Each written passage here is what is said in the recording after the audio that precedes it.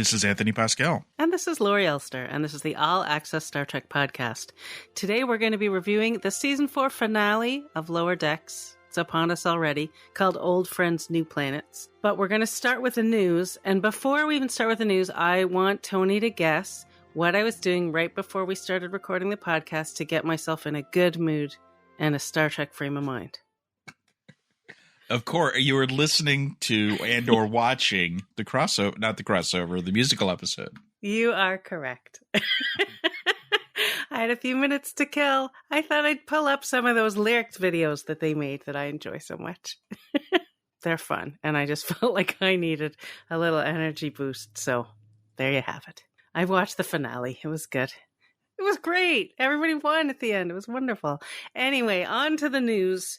Let's do a brief check-in on the SAG-AFTRA strike, which is, I would say there's reason to be optimistic. We don't have anything definite, but they are definitely negotiating, trying to work out the biggest issue right now is AI, is what they're talking about right now.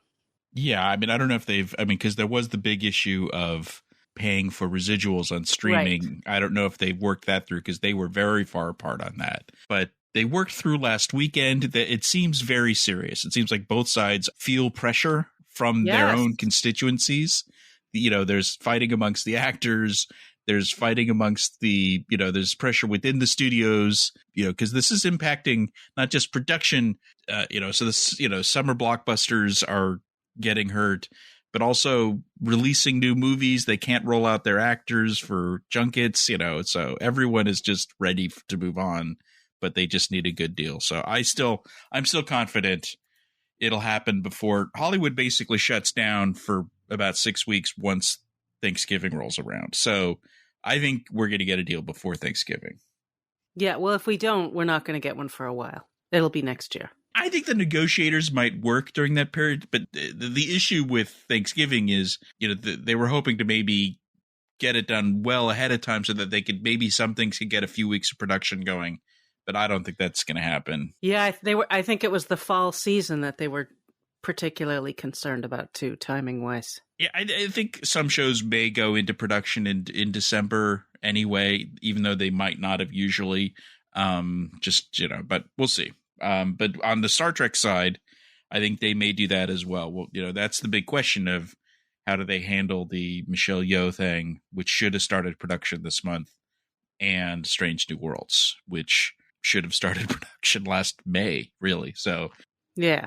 Anyway, in a few weeks, we'll do a kind of what to expect in 2024 roundup from Star Trek. So look for that in probably December from the All Access Star Trek and podcast. We'll know what's going on with the strike by then. And let's hope even by next week that we can say it's over. Yeah. Well, now I think we should talk about, speaking of the potential future of Star Trek that isn't happening the way that it was expected, Star Trek 4. So we did an interview with makeup artist James McKinnon, actually to talk about the Picard Legacy Blu-ray box set that's coming out. And you'll get that whole interview next week. But one of the things he ended up talking to us about was he told us that he was officially hired to work on a Chris Pine Star Trek movie, the Matt Shakman one, for 1 week in June of 2022. And then he used the word fired, but it wasn't fired the way we think of it. But then a week later, it was shut down. But the kind of the key thing is the why. I mean, I guess there's two things. One is that they really were gearing up. People, you don't hire the makeup guys until pre-production is starting. So right. So that's real stuff. You start, because it's probably not just him. It's it's designers and set people, and that's when you really start going and spending money. So by hired, it means they were spending real money. Yep. It was a go. They were going. Yeah, well, Paramount put it on their release schedule for 2023 Christmas. This was a go project. But then he said it shut down, and he said it was script issues. And maybe 6 weeks later, Matt Shakman left. There's been a lot of talk about aligning people's schedules, but it's more than that. Yeah, which we know. We've heard hints of that from some of the actors have said that too. And it's a lot of speculation. Like even James said, I think a script rewrite went in a different direction. So nobody wants to outright say that they know exactly what's going on, probably because they don't. But everybody seems to think the same thing.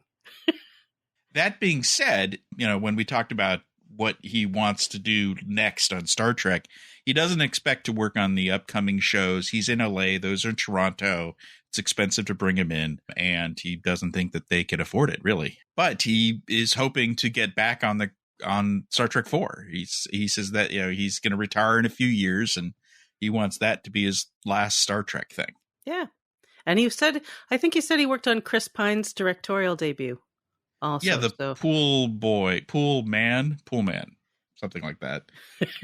It did not get good reviews. Oh. Chris Pine. So don't expect Chris Pine to direct Star Trek 4. So sorry, Chris Pine. But hopefully he has. I mean, he is a very smart guy, very creative. So hopefully Jonathan Frakes has had a flop that put him in director jail for a while. So he's still directing. He's not directing movies, but he's directing. Well, this is an indie project. He is still Chris Pine. So if he puts himself, if he signs himself up for another movie that he's directing, I'm sure enough money could be found for another indie go. So anyway, by the way, the Legacy box set, which costs $200 and has everything that Jean-Luc Picard has been in, except for the Emissary from DS9. They should have thrown that in there, but it's not available in HD, so it would look like shit compared to everything else. But I don't know, charge an extra $25 and remaster that thing into HD, and that would have been pretty awesome. Yeah, that would have been amazing. I would have put it on my Christmas list, even though I don't really make a Christmas list. But speaking of some Star Trek merchandise, this has not been a good year for Star Trek books. I think there's on the fiction side, there's been some good releases on the nonfiction side, like the Neville Page art book and the Star Trek Wrath of Khan book. Yeah. But Pocket Books has announced 2 new titles for the first half of 2024. The first of which is a Dayton Ward book coming in May called Pliable Truths. And it's about Ro Laren. And Jean-Luc Picard. It's set right before the DS9 debut and before that season 7 TNG episode when she left to join the Maquis. Right. But after Rascals, I guess. Well, hopefully she talks about being a kid. I love Rascals. It's kind of a, Bajor, Cardassians leaving, Federation coming in, prequel to DS9. It's a good topic. I guess Cisco probably won't play a role. I mean, maybe he gets mentioned, but he had yet to be assigned to it, so. Well, he's somewhere else, but it could be interesting. And then there's another book coming out in July. It's called Lost to Eternity. It's by Greg Cox, and it takes place in multiple time periods, but it features Dr. Gillian Taylor, who we all know from Star Trek 4. Yeah, she came back. I guess they really weren't worried about plucking her. I mean, they really were playing pretty cavalier with time travel. Well, they were. And so, that's apparently like one of the parts of the story is about the fact that she's gone missing. And they're looking for her because she did just disappear. But it also is set shortly before, it's between Star Trek 5 and Star Trek 6. So the USS Enterprise under Captain James T. Kirk is still out there. And I guess she reunites with Kirk. All right. As a scientist. Sure. As a scientist. She reunites with him as a scientist. We've already covered this, but the first book coming out, the next book coming out is the David Mack 7 post-Voyager book, which I'm really looking forward to. Yeah, that, I don't read a lot of the novels, but that is a topic that's always really interested me. And that comes out in February. We probably should expect a couple more books. So it looks like maybe 5 books, maybe 6 fiction books. And we've got the autobiography of Cisco coming out next year too. So next year is looking good for Star Trek fiction. Cool. Before we get into the Lower Decks review, let's do a little bit of Lower Decks merch. Yeah, this happened. I've seen everybody's been talking about the Funko Pops. I've been seeing it on social, but you actually whipped together an article right before we started recording, while I was singing and watching the video.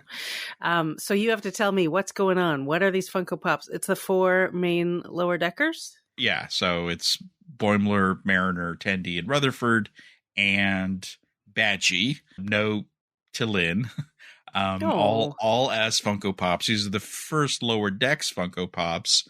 There's been other Star Trek Funko Pops, including an exclusive Geordi from New York Comic Con. I don't know if you saw that while you were there.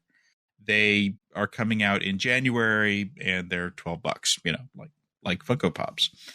Also announced on the same day as the season 4 finale, the game Lower Decks, the Badgie Directive, has added a collectible Moopsie. So if you play the game, you could collect Moopsie as a character for free. So it's not quite a tangible plush Moopsie yet, which people have been making on their own like crazy, but there's virtual Moopsie is what you're It's a virtual, so it's the first bit of official Moopsie merch. There is something we'll probably cover on the site and talk about on the pod is there is a lot of unofficial Moopsie merch. Everyone loves Moopsie, and people have been making their own Moopsies and stuff like that. With sound. Fun. It's amazing what people are doing.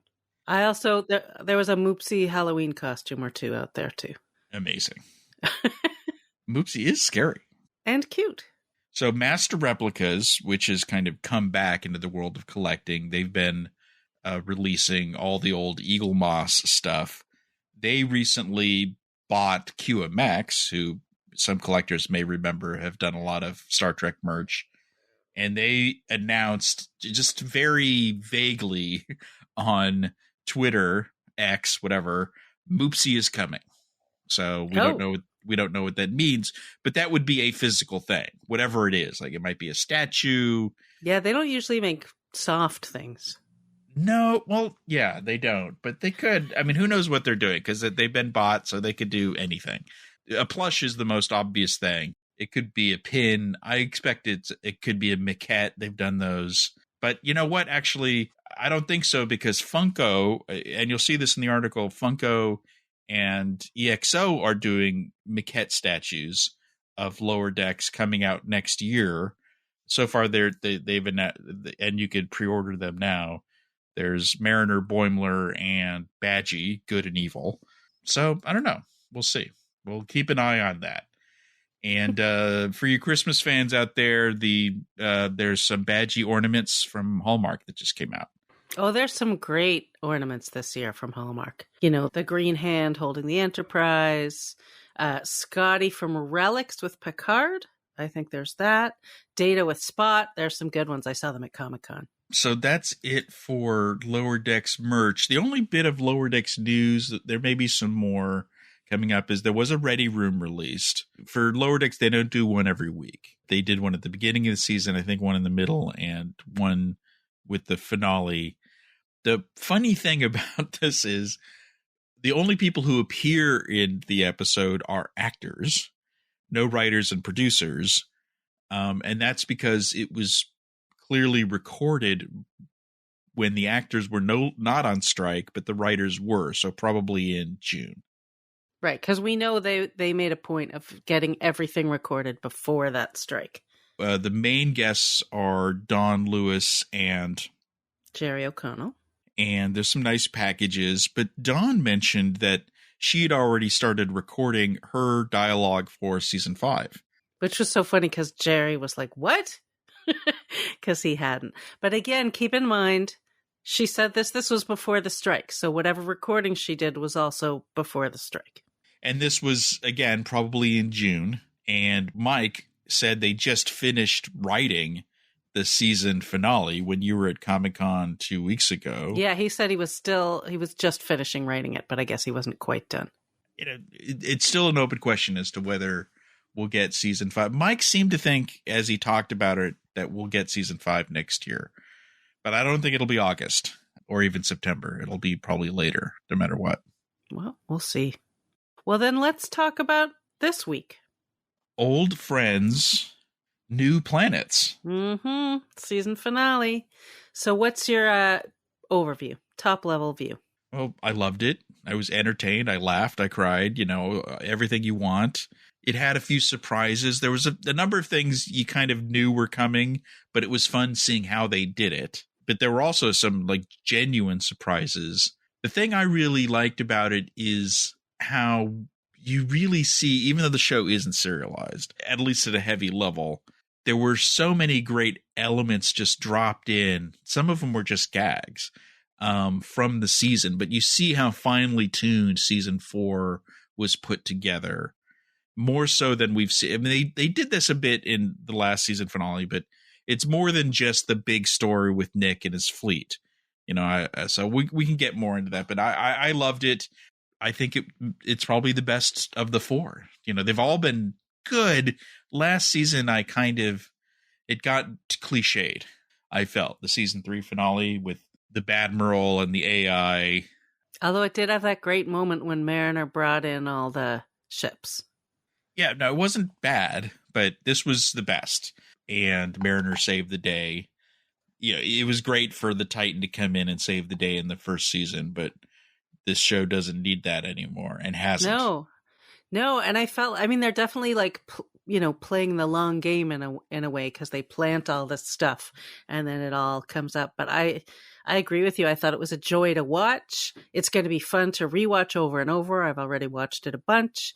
And I just thought it was a million little moments that were great, just packed in tightly and then united by the themes of the show and Star Trek itself, accompanied by a fantastic score.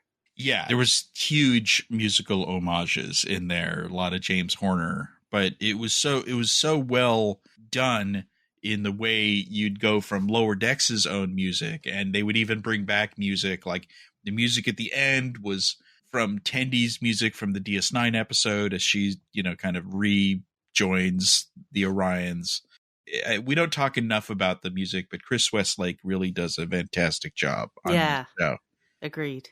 The one, we've just been praising this episode, but I would have to say, bringing in Nick was great and a surprise, as we talked about last week. But the thing, Nick's plan and what's in it for the other mutineers was always very unclear, and it wasn't made any clearer in this episode. Like, really, what was he after? Why would the Romulans and the Ferengi join him? And where did he get that ship and, all the resources? Does the show need to explain all of that for us? I don't know. Well, so look, I don't know where he got the ship, and that's a good question. But to me, I felt like that was part of the point, was that he had this nebulous idea for people who felt, specifically reaching out to people who felt put upon and disconnected, and united them with a lot of bluster, which sounds familiar to me. Right. And then to form this ill-advised coalition with no real goals except to just be like, now we're in charge. So, which I thought sort of fit his whole personality, because he didn't have a big plan. He was just selfish. He kept saying it was a coalition of equals, but the minute things didn't go his way, he was like, do what I say. And he wanted everyone to do what he said. And I think part of the point was also that he'd learned nothing from his experience in Starfleet Academy. Like, he'd taken the wrong lesson. And it had built up over the years. But I think part of the point was that he didn't have a big, good plan, and that all these people, that's why it fell apart. In the end, it was just a revenge plot. He was taking revenge of the Federation for kicking him out of Starfleet Academy, and he just had a grievance that and I could see your point. There could be a subtle or maybe even overt political allegory that a grievance-based popular figure sells his agenda through being this independent renegade, but is really in it for himself, and and maybe there's something there. But what they really were going to do, why other people joined him, where the resources in the base, and he did explain why there were 3 binars. Kind of. Remember we talked about what's up with 3 binars? I remember you'd mentioned the 3 binars, and then someone on social today was asking me about the 3 binars. So please talk about the 3 binars.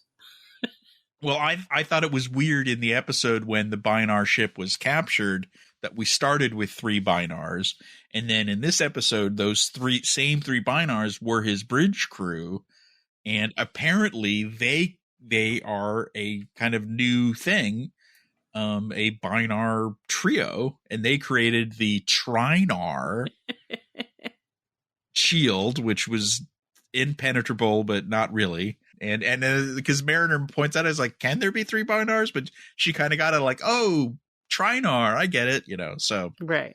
So that's adding a little bit of lore, I guess, to the Binars. They can do trios. They're evolving. Sure. Why not? They can be thruples. But he made his, even though they were crewing his ship, he built that ship before they ever showed up, right? Because he used that ship to capture their ship.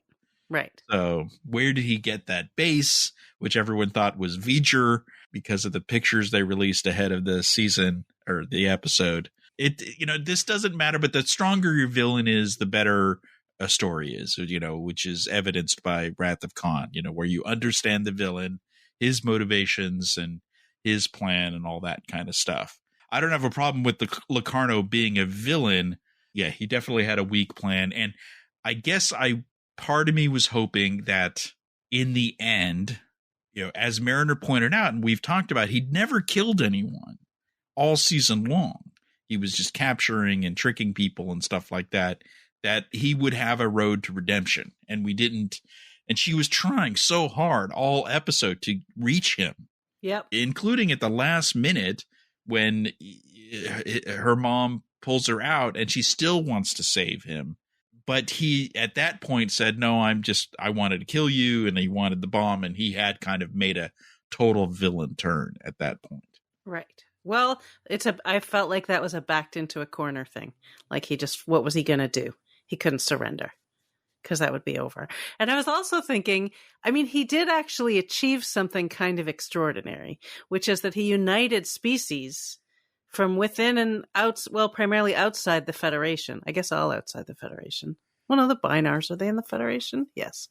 But he had them all cooperating. He had all these, he did create, even though Boiler brings up the Maquis, but right. This independent, he called it the first independent unaligned fleet in the Alpha Quadrant. And that's when Boiler goes, the Maquis would like a word, but which I thought was great. But that was sort of an accomplishment. And then he just didn't know what to do with it, which is kind of like, I'm going to take this great Nova Squadron that's so great, and we're going to do like this dumb, pretty stunt. Yeah. So that everybody will think that we're so cool. Right. So, and the good thing he did at the end of the first duty of the Next Generation episode was that he made sure that the others didn't get kicked out.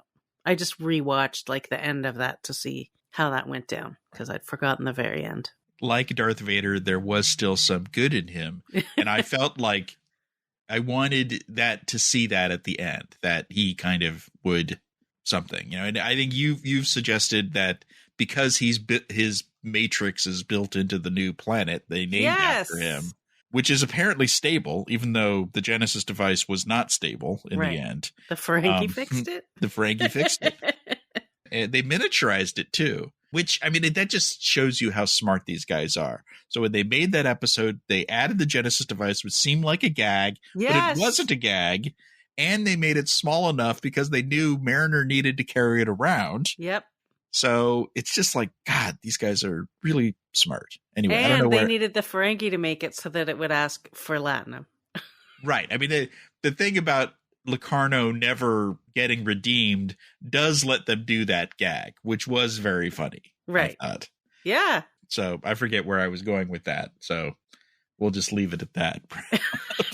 Well, I think you were talking about redemption. And so, yes. So my theory is that he's basically the Genesis, it's a Genesis planet, as we like to call it. And so he can be renewed in some form or another.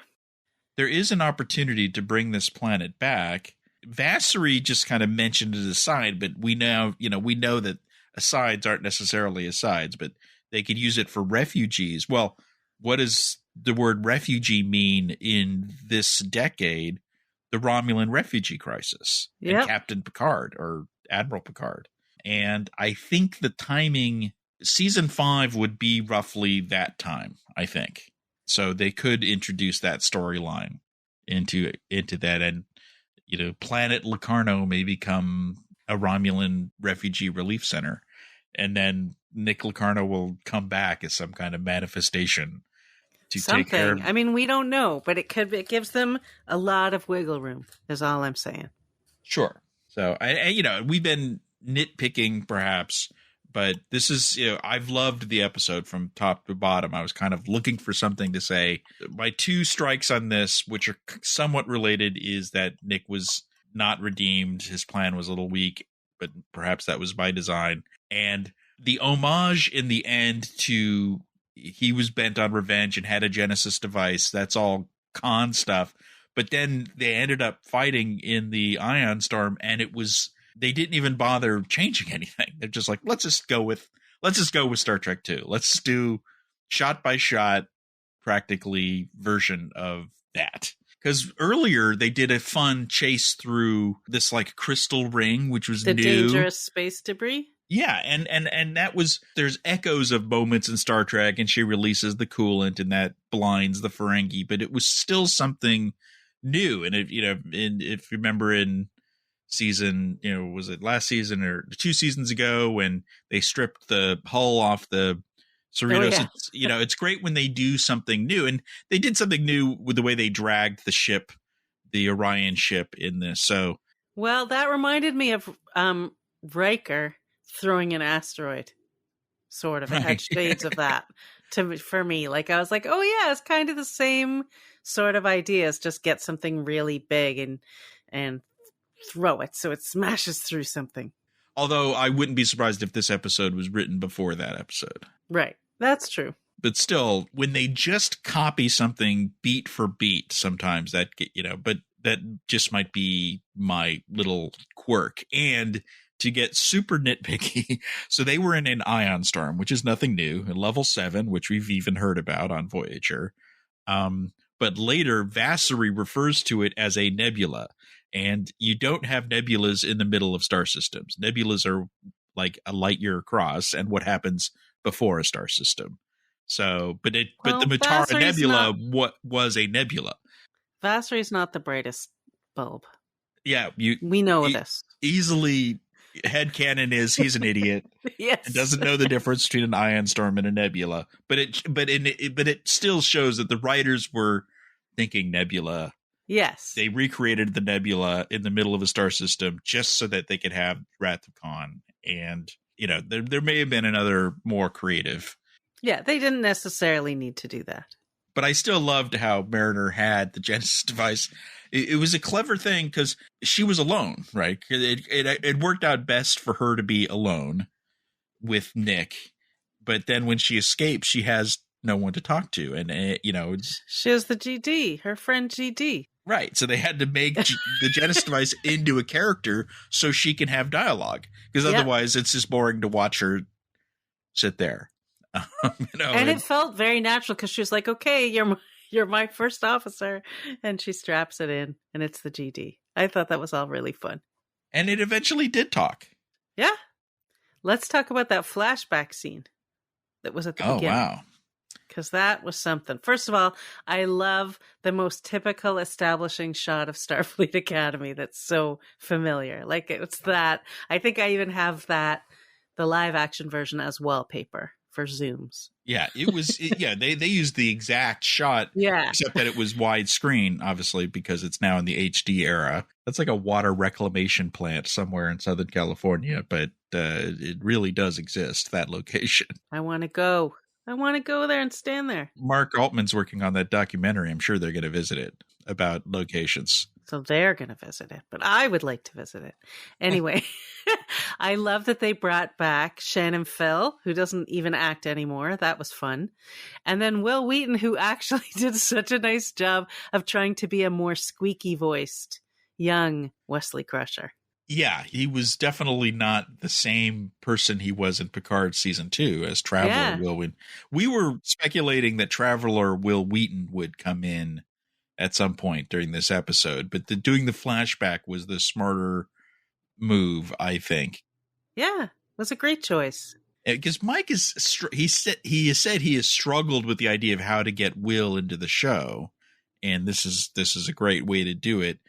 I wish there was more of it. I thought they would bookend the episode with the flashback and return to it because I wanted more of it. So no, it was great. I mean, there were little things in that established. I mean, you could actually see Boothby if you look closely.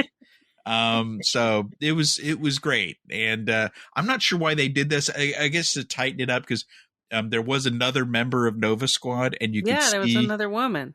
Yeah, you could see her walking away from the group at the beginning in the wide shot. I guess just because it just makes it easier to because they were going to bring in Mariner to the scene. And right. And otherwise you have this character just standing there not doing anything, which doesn't make sense. And I loved young, enthusiastic, Boimler-like Mariner. She was just so Boimler-like. She talked so fast, and she was so excited about, history and the preservers and the Xindi, and her hair was great, and she was just super excited about everything. So this makes Mariner basic, because that was 13 years ago. So she was a freshman, but I guess she's like 19 then. So she's basically early 30s now.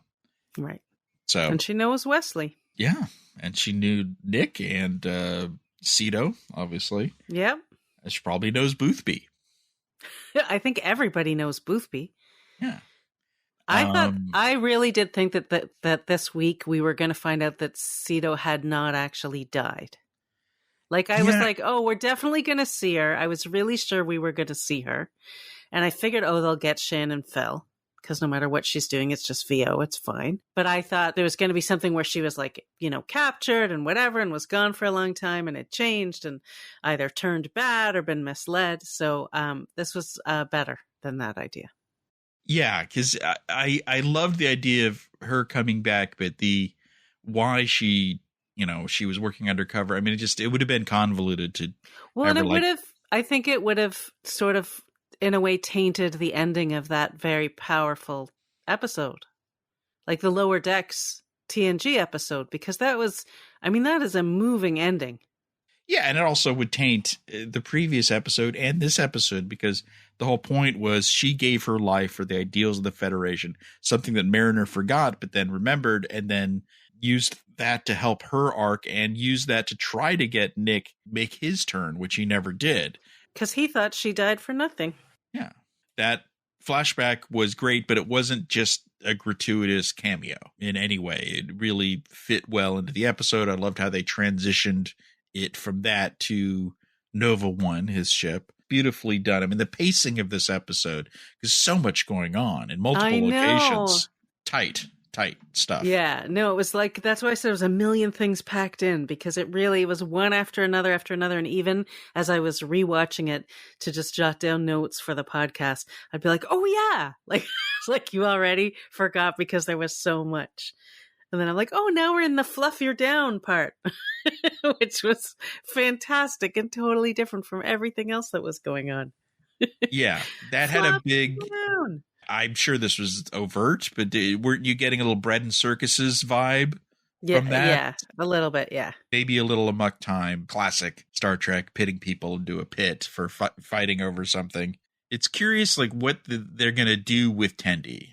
So the family wants Tendi to be part of the crime family, but she's not leaving Starfleet. Starfleet appears to be sanctioning her return as part of their efforts for diplomacy with their new diplomatic relations. How criminal can she be? How mistress of the winter constellations can she be if she's still technically in Starfleet? Well, I think the big question is how many episodes till she finds her way back. And I'm going to guess 1. Yeah, like they did with Dawn Lewis when she was captured and arrested. They brought her back quickly. Yeah, I think it'll happen fast. But it was still made for a good sad ending, and there was like this subtle moment where they were all like, let's get back to work, and everyone seemed cool, but you could see this look on Rutherford's face where he was devastated. Yeah, he pretended. He was like, okay, or okie dokie, and then he just looked sad, and you could tell. Speaking of how things wrapped up and redemptions, I was very satisfied with how they handled things with Lynn. I mean, we kind of knew this was coming. I think we've predicted it on the podcast that she would end up rejecting her captain and kind of aligning herself with the Cerritos, although I thought she might request joining Starfleet itself. But maybe that was implied.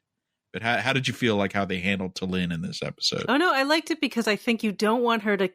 You can't have someone whose singular goal is to leave over and over and over again. So I like the idea that she's now decided she's going to stay because she likes it there. And she's going to be... Well, she wanted to be Tendy's science bestie, but now Tendy left. I suspect that T'Lyn will play a role in getting her back because she's committed to Tendy being her science bestie and committed to Cerritos Strong, another nice homage to the movies with Spock. And, you know, she had her moments in this episode. She got them to do the twaining, which... Well, first of all, Phillips thought that she was going to do a mind meld, and he was so excited. But that callback was so random, and yet, again... Perfect. And, you know, you wonder when they... I doubt when they were making that episode, they knew this would come back, but it was so well thought out. It was, and there's truth to it, which is so, I mean, it's not that everybody needs to dress up like Mark Twain or like fake Mark Twain, but the idea of creating a situation where people can communicate about something in a different setting is a good, legit idea. And then adding the Twain thing just is like icing on the cake.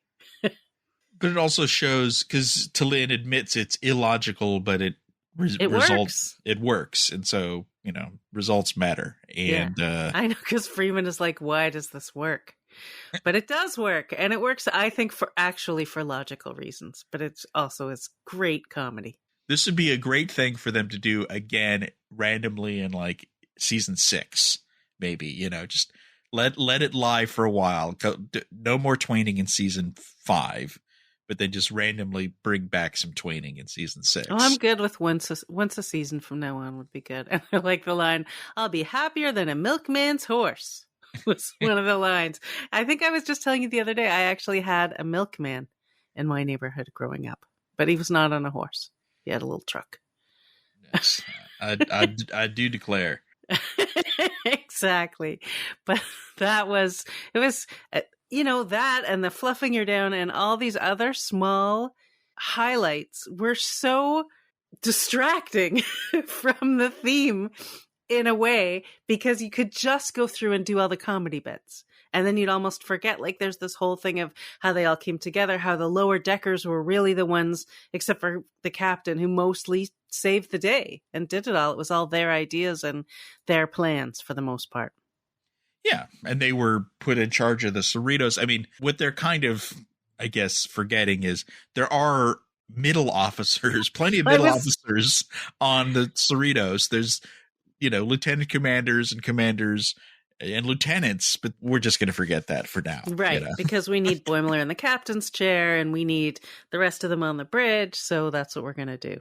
Yeah, like in the opening scene, Tendi and T'Lyn were on the bridge for fun dialogue moments, but there was no reason. I mean, Boimler and Rutherford were actually at stations. Right. But, you know, it was fine. And we did get what we were expecting, which is someone, they use that to mention the Locarno looks like Paris thing. We knew that. That was brilliant.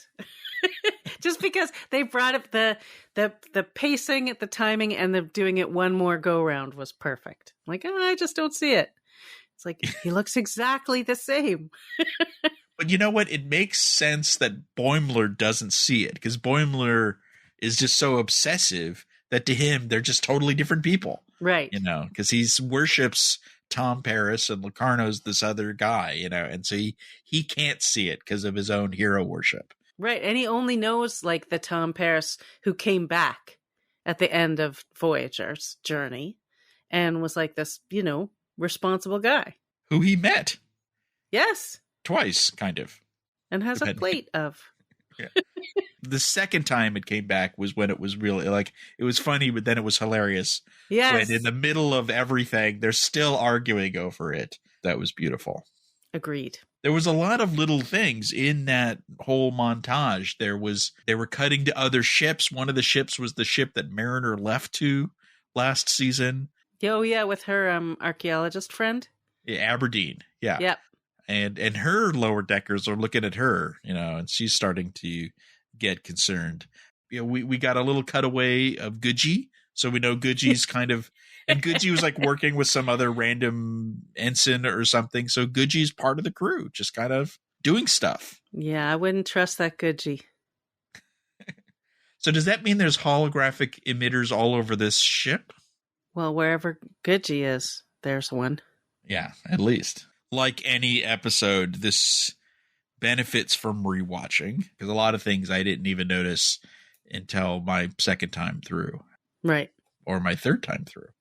And I also think even with all the jokes and gags piled up, there were also things that just make so much sense for a Star Trek episode, like Starfleet saying, well, we can't start a war, and there's been no violence, so we can't do anything. And I feel like that's such a trope, which is Starfleet constantly saying we can't do something, and then the captain decides, I'm gonna do it anyway. And then at the end they say, well, we should have punished you, but you happen to accomplish this other thing, and everybody's happy with you, so you're good. Well, and no Starfleeter fired a shot during this entire episode. They did ram the Orion ship into the shield, but otherwise none. Mariner never shot at anyone. Specifically told not to go. True, but my point is often, and Mariner was talking about this in the previous episode, that they are out to explore and all this, and not engage in war. And even though this was a conflict, the Starfleeters were not shooting at people, right? Which is good. Now, again, this is kind of why I wanted Locarno to be redeemed, because I wanted Mariner to succeed in reaching him, because she was trying so hard. Maybe the point is sometimes you can't. Yeah. Sometimes when someone's so tied up in their own ego and the story that they're telling themselves about the world, that they go to the extreme level instead of being pulled back. For sure. And I loved I think they were not subtle. They were, because it wasn't subtle, but things that showed his mindset, like his captain's chair, which like rose in this dramatic way once he sat in it. Like it was very throne-like, and it rose up once he sat in it and was like, this is the focal point of everything. Like it was a very ego-filled captain's chair. And the fact that he was still so obsessed with that, the Colvard, what's it called? Starburst or something? The star? Yeah, the overt starburst maneuver. Which was his logo, which actually is what the explosion looked like at the end, so he finally did it. But the fact is, like, this was a guy who was delusional about himself and his goals the whole time. And, I mean, Mariner pointed out, he was presenting himself as a man of the people, as it were. Exactly. But she pointed out he never really was. He doesn't care about lower deckers. I mean, he also had to brag about graduating at the top of his class, which, again, he never did. He didn't graduate. Doesn't that all sound a little familiar? And the more I think about it, the more, the fake man of the people thing, and it all starts adding up. It might be a good question to ask Mike someday if that was at the top of their mind, or even in the back of their mind. I mean, it certainly had an influence.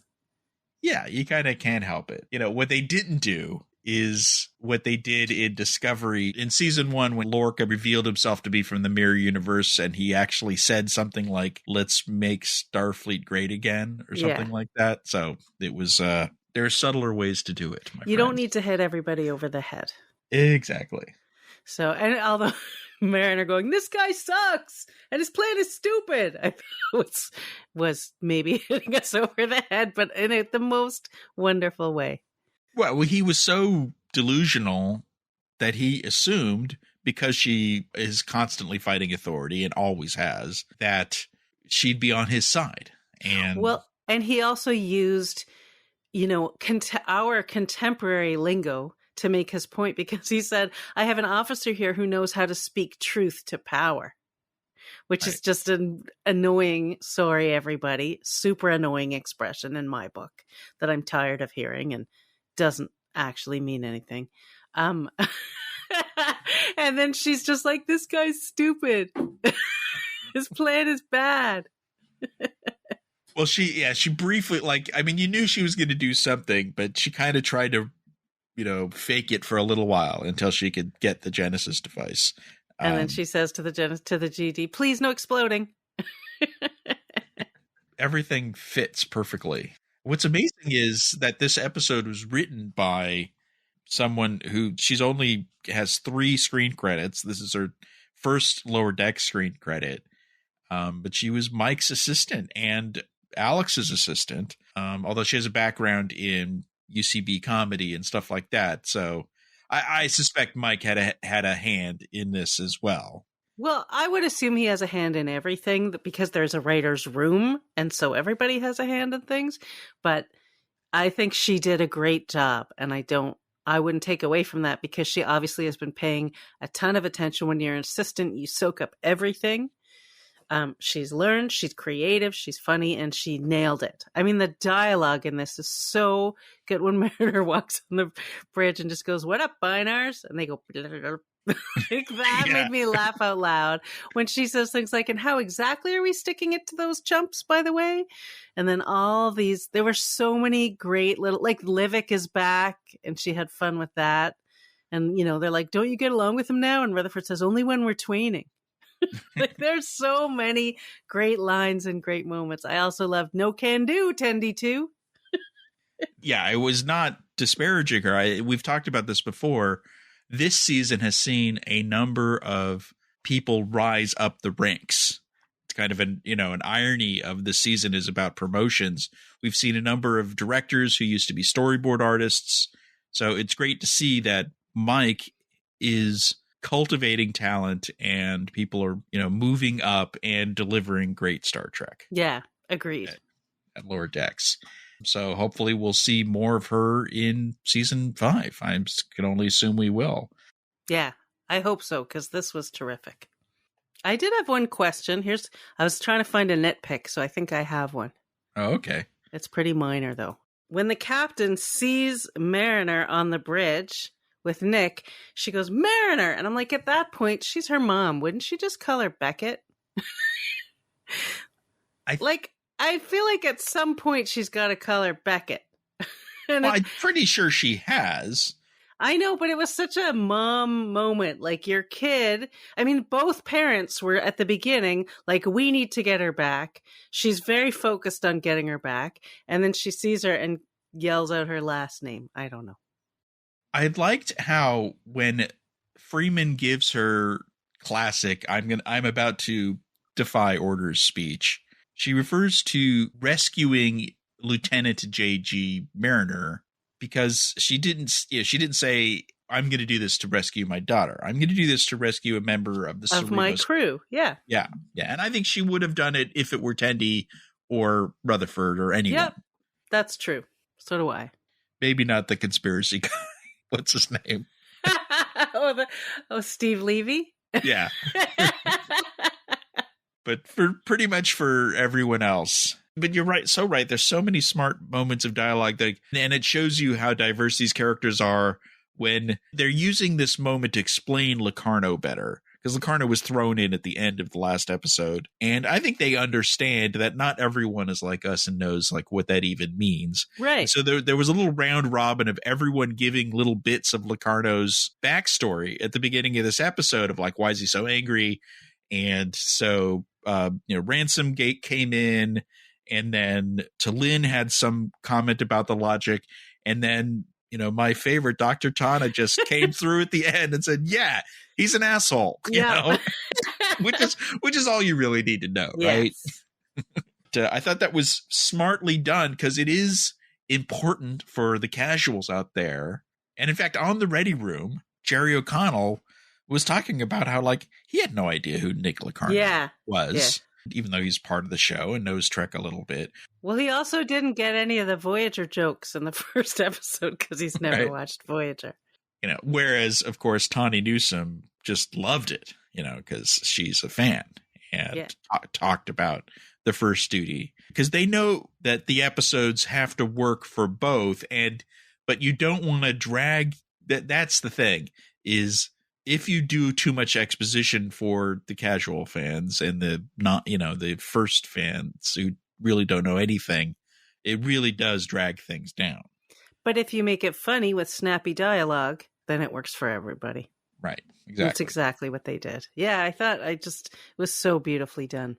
I'm not sure we've got anything else. I mean, we came to praise and we praised. Yep. We did a little nitpicking, but please don't oh, you guys are, I